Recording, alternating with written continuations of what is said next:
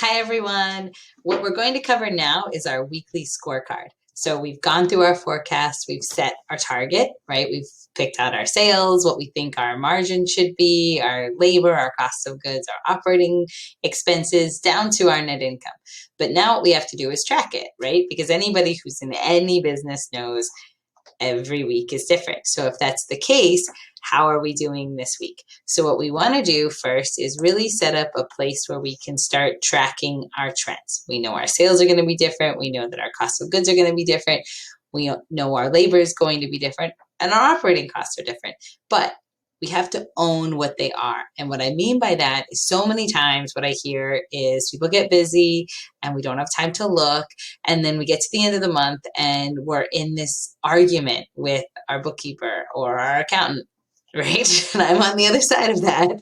But a lot of times that can be fixed and resolved and be better by us working together every week to own the information that we have. So if you look at your cost of goods for last week and you think that it's wrong, we have to figure out why, right? Because you know, right? I'm the accountant and I can show you what the numbers are saying, but you know the food that came into the back door, right? You know the number of people that walked into your restaurant. You know how many people you had on a shift, or if you were slammed on a Sunday night and you felt like there was nobody working the line, or if you had like 4 people standing around, right? You inherently know that. So we need to blend your gut instinct with the accounting numbers because it is entirely possible things are missing. And it's not because your accountant's doing a bad job, right? It's because there's so much data, there's information everywhere, and we have to take that gut and you looking at it going, I feel like we might be missing something, with the accountant saying, okay, here's where I'm going to go look. And those together get us the best result. But the scorecard is about you owning it, right? Because you have to know these numbers. You have to know that they're right, and you have to know what they're telling you so that you can make those on the fly decisions to get them better and improving each week, because it's not something we can do passively, right? It's the same as investing.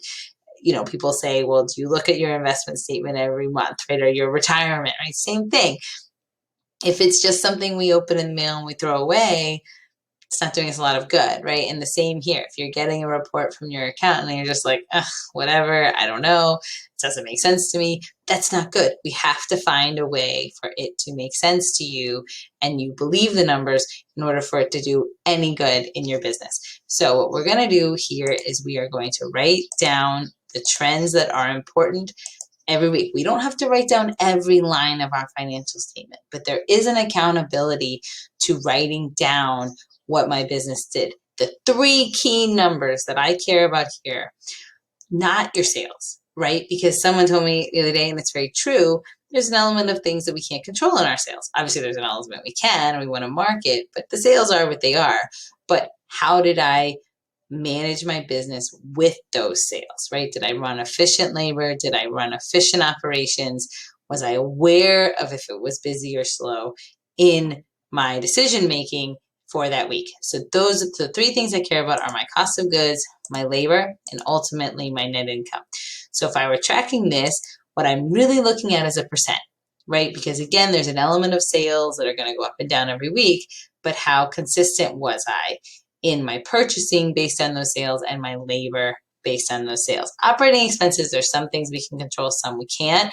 But the big ones, the ones that are going to move the needle, are the cost of goods and your labor. So here, if I were tracking it, I would say, all right, well, I was 28%, then I was 31, then I was back to 28, then I was 29, then I was 24, right? So I would know what these differences are. I would probably, if I'm really going to own this, want to look and say, why was week 2 higher? Maybe it's because I had some liquor purchases and I don't take a liquor inventory. So what I'm looking at are just my purchases. There's no inventory adjustment, right?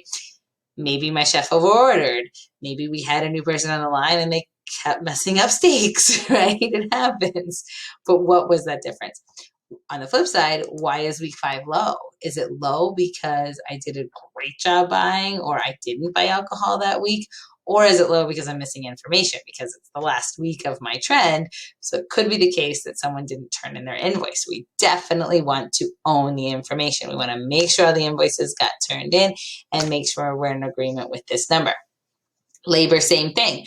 right? It's very steady at 40%. Is that because most people are salary? Is that because I did do a good job managing my staff? Or is there something that's getting missed? But we really want to know that number. And then the third one is net income. Now, what I believe in this is keeping score, right? Anyone who knows me knows I used to play competitive golf. And in golf, you're constantly keeping score, right? You're constantly judging yourself for better or worse. And it's never perfect, right? There's always things you have to improve, but the more detailed you are on your stats, the better that you get, right? Because my golf coach used to say, it's the quality of your bad shots, right? That make you better.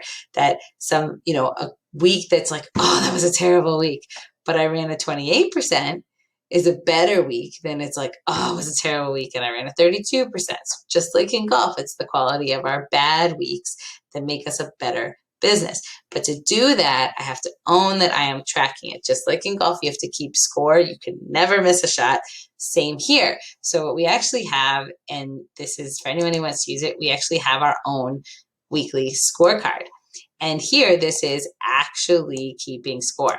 So writing down, printing this out, keeping it in your pocket, keeping it in your work bag, keeping it somewhere, and every week owning these numbers that come to you from your accountant or your bookkeeper or from your point of sale system, wherever they come from, own them, right? Write them down, not sales, because sales it's an important number. It's a number we can track. But here I care about how we managed our sales.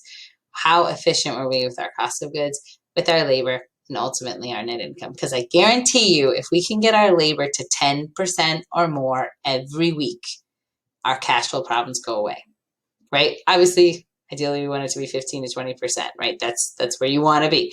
But if we can, if our par is 10, right? Birdie's great, but I would a par or better, right? Par or better, and that is 10%. So if we track this for the next 12 weeks, I guarantee you will have more peace of mind for how your business is doing, and you will own the results because you are owning them every time you write this down. You write down your score every week, and we get better, right? Just like golf, there's always going to be a bad shot, but it's how we respond and react and get better every week. So I challenge you, keep score for the next 12 weeks. Just these three numbers. Own the cost of goods percent, own the labor percent, own the net income percent. And I guarantee your business will be better in 12 weeks than it is today. Thank you very much and have a great day.